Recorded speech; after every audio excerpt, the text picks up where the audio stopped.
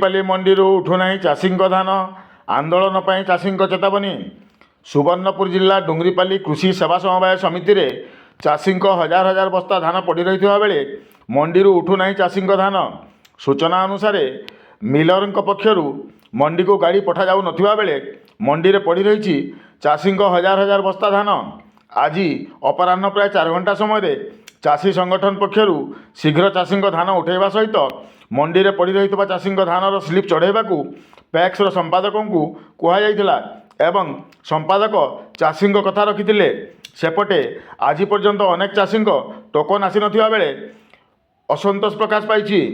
ଏହି ପରିପ୍ରେକ୍ଷୀରେ ତୁରନ୍ତ ଚାଷୀଙ୍କ ସମସ୍ୟାର ସମାଧାନ ନହେଲେ ଆସନ୍ତା 6 ତାରିଖରୁ ଚାଷୀ ରାଜରାସ୍ତାକୁ ଓହ୍ଲାଇବେ ବୋଲି ଚାଷୀ ସଂଗଠନ ପକ୍ଷରୁ ଚେତାବନୀ ଦିଆଯାଇଛି। ତେବେ ଚାଷୀ ସଂଗଠନ ପକ୍ଷରୁ ଚାଷୀ ଗଙ୍ଗାଧର ଖମାରୀ, ସୁଶାନ୍ତ ଖମାରୀ, ଯଦୁ କୁଦେଇ, ମନୋରଞ୍ଜନ ବିଶ୍ୱାଳ, ମିଥୁନ ଷାଣ୍ଢ, ସୁବାସ ମଲ୍ଲିକ, ଘନ ପ୍ରଧାନ, ସତ୍ୟ ପ୍ରଧାନ, ବୃଷଭ ଜୁଆଡ଼ି ଏବଂ ଦୟାସାଗର ସାହୁ ପ୍ରମୁଖ ଉପସ୍ଥିତ ଥିଲେ।